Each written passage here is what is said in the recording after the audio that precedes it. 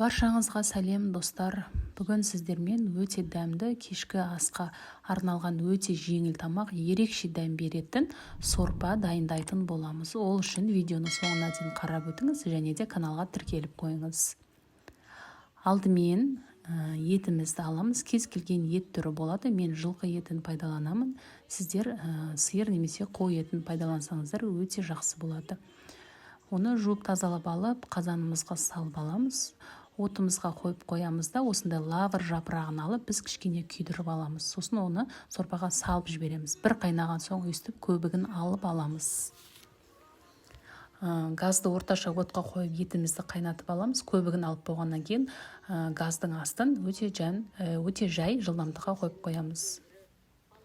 Сорпамыз бір қайнаған соң осындай көкөністерімізді жуып тазалап алып, кез келген формаға, өзіңіз қалағандай формаға кесіп бөліп алсаңыздар болады. 3-4 дана картоп және де сәбіз қосатын боламын. Менің отбасым сәбіз аса онша ұнатпағандықтан осының жарты бөлігін ғана қостым. Бір данасын қоссаңыздар болады. Сорпамызда көкөністеріміз әдемі болып тұру үшін осындай иректелген пышақпен кесіп аламыз. Арнайы пышағы болады. Сонымен кесіп алсаңыздар болады. Барлығында бірден сала саламыз. Картопымызды, сәбізімізді де салып алдық. Және де бір пиязымызды алып, мұны да ұсақтап турап аламыз.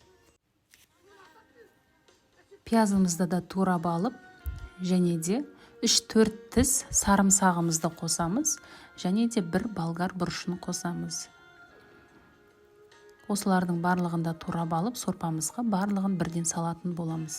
Біздің сорпамыздың асты өте жай қайнауы керек. Жылқы еті болғандықтан ол өте баяу отта 3-4 сағат қайнауы керек.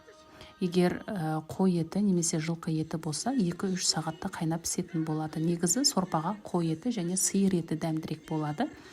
Мен жылқы етін пайдаландым. Жылқы етімен де сорпа өте дәмді болады. Жасап көрсеңіздер болады. Осындай пияздың бір данасын сорпаға сала салдым, дәм беру үшін. Және де 3-4 лавр жапырақтарын, құрғақ ас көктерімізді қосатын боламыз. Және де ірі қара бұрышымызды қосамыз. Осындай специяларды қосып жіберсек болады дәміне қарай. Аздап дәміне қарап тұзды қосып, енді әбден қайнататын боламыз. Бетін жауып қоямыз да 4 сағатқа қалдырамыз.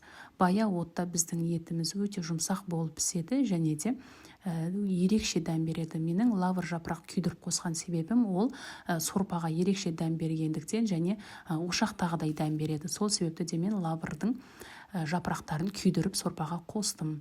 Ішіндегі етін осылай піскен соң турап алсақ та болады, немесе бастапқы кезде пісірмей жатып турап алып қоссақ та болады. Маған өте осы ыңғайлы, сол себепті де піскен соң мен турап алатын боламын. Барлығында осындай ірі етіп турап алдым. Туралған еттерімізді кеселерге салатын боламыз. Үлкен ас ішетін кесеге салып, және де сорпамызды құятын боламыз. Әркімнің талғауы бойынша қоюлау немесе сұйықтау етіп құйсақ болады. Бізде картоп езілетін картоп, сонда сорпамызға өте әдемі болады. Өзім езілетін картоп жақсы көргендіктен осындай картоптарды қолданамын.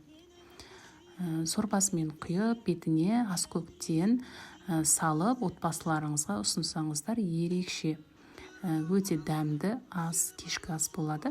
Сіздер де жасап көріңіздер, жасауға кеңес беремін. Егер сізге видео ұнаған болса, каналға тіркеліп қойыңыз, алда жақсы рецепттер болады.